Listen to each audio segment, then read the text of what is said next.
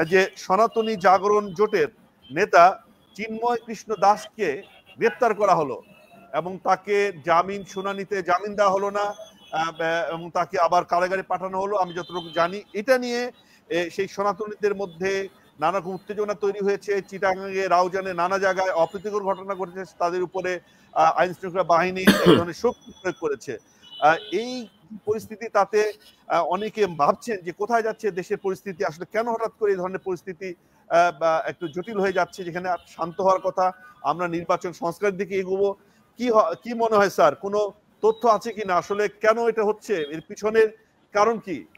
আপনি তো অনেকগুলো আমাদের ঘটনা প্রবাহ, নেপথ্যের নানা ঘটনা প্রবাহ বিভিন্ন সময় আপনি জানিয়েছেন, সেই আশা থেকে একটু জানতে চাই যে কি হচ্ছে স্যার। ধন্যবাদ। দেখুন, যে পরিস্থিতিটা সেটা অভাবিতপূর্ণ। আমাদের অ্যাক্রস দ্য বর্ডার, আমাদের প্রতিবেশী রাষ্ট্র ভারত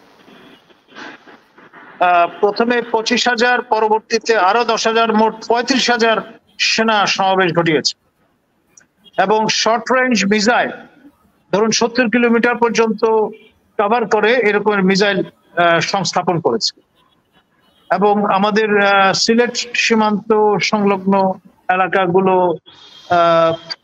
এই সমাবেশ, এই মোতায়েন করবার যে জায়গাগুলো তার সন্নিহিত।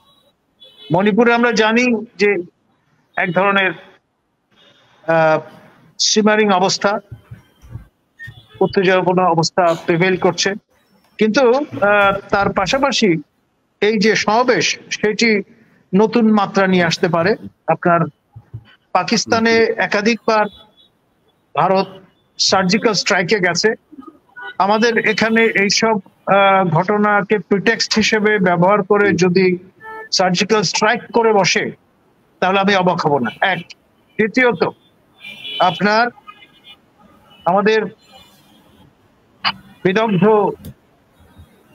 সম্রাট ফরাজ মাজার, প্রবীণ ব্যক্তিত্ব, তিনি চিন্ময় কৃষ্ণ প্রভু তার সঙ্গে রীতিমতো শোল্ডার রাব করা একজন মানুষ। তিনি উদ্বেগ প্রকাশ করেছেন এবং বলেছেন যে আমাদের এই উপমণ্ডকতা এবং অর্বাচীন চিন্তা ভাবনার কারণে এই ইসকনের সঙ্গে যে টাগ অফ ওয়ারটা শুরু হয়েছে এটা ইমপ্লিকেশন খুব খারাপ হতে পারে এবং আপনার এর ফলাফল হতে পারে সুদূর প্রসারী এবং আমাদের স্বার্থ তাতে রক্ষিত হওয়ার তো সুযোগই নেই, বরং ক্ষুণ্ণ হওয়ার সম্ভাবনা সমূহ আন্তর্জাতিক সম্প্রদায় আমাদের ভালো চোখে দেখবে না। আপনি সাফ সাফ কথাগুলো বলে দিয়েছেন। আই স্যালুট হিম। উন্নয়ন বিকল্পে নীতি নির্ধারণী গবেষণা বহুদিন ধরে তিনি এই থিঙ্ক ট্যাঙ্কটা তার বিদুষী স্ত্রী, তিনি এখন আমাদের মাননীয় উপদেষ্টা হিসেবে দায়িত্ব পালন করছেন, তারা মিলে এই থিঙ্ক ট্যাঙ্কটির জন্ম দিয়েছেন এবং এর ফলে যে ব্যাপারটি দাঁড়াচ্ছে সেটি হচ্ছে ক্লাসিফাইড অনেক বিষয় তার নখদন্ত এবং সেই জন্য ছেড়ে কেসেই তিনি কথা বলেছেন।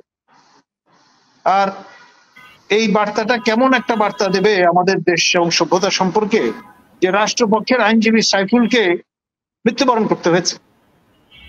কে বা কাহারা তার মৃত্যুর জন্য দায়ী সেটা পরে আসবে, কিন্তু তিনি কোন দেশের নাগরিক?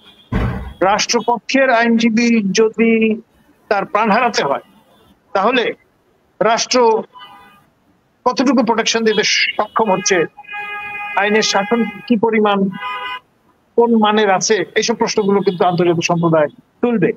তখন আমরা চেহারাটা দেখাবো কি করে, এই বিষয়গুলো কিন্তু পার্টিন ভাবে চলে আসবে। আর আমরা কিন্তু বিচ্ছিন্ন কোনো দ্বীপ নই, আমরা বাংলাদেশ গর্বিত সদস্য আন্তর্জাতিক সম্প্রদায়। সুতরাং সে বিষয়টাও যদি আমরা মনে রাখি।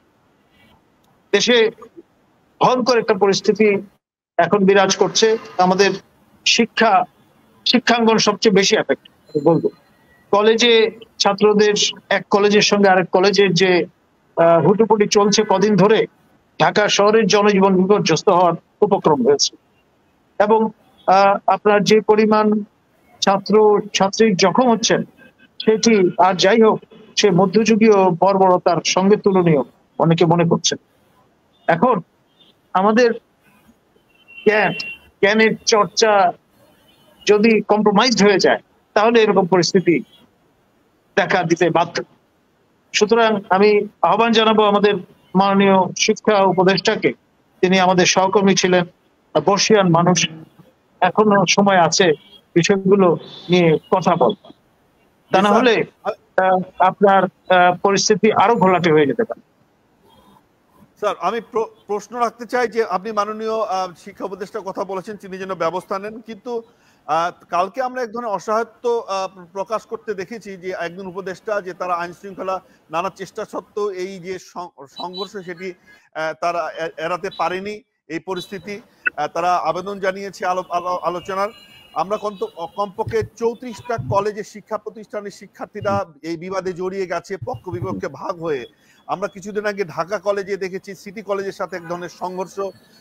এই যে পরিস্থিতি, এটা এই ছাত্ররা তো এই বিপ্লবের নায়ক, ফলে এই যে বিপ্লবের নায়কেরা রাজপথে হঠাৎ করে নেমে নিজেদের মধ্যে এই ধরনের দ্বন্দ্ব সংঘাতে লিপ্ত হচ্ছে। ছোটখাটো ঘটনায়, চা খাওয়ার ঘটনায় কে কি বলল বা কোথায় কি হলো এটি নিয়ে, তো এটি কি এর পিছনে স্যার সরকার পক্ষ বা যারা বিপ্লবের পক্ষের মানুষ তারা বলছেন যে এই পিছনে ষড়যন্ত্র চলছে এবং সেই প্রতি বিপ্লবে আওয়ামী গোষ্ঠী ষড়যন্ত্র করছে। আপনি এই স্টেটমেন্টটাকে কিভাবে দেখেন? আসলে কি সত্য সেটা নাকি আপনার পতিত সরকার এবং পতিত আপনার ক্ষমতাসীন দল তারা একটা বগিম্যানে রূপান্তরিত হয়েছে। আপনার গালিগালাজ করলে এক ধরনের মনের জ্বালা মেটে, এতে কোনো সন্দেহ নেই, কিন্তু বিষয়টা কিন্তু ওই ক্যানভাসের মধ্যে এখন আর নেই, তাই কিন্তু কালেকটিভলি সবার উপর এসে পড়বে। It's a collective failure.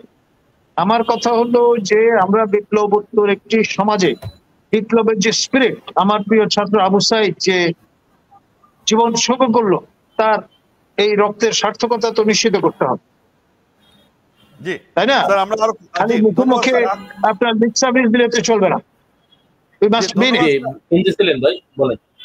Sir আপনাকে ধন্যবাদ জানাচ্ছি।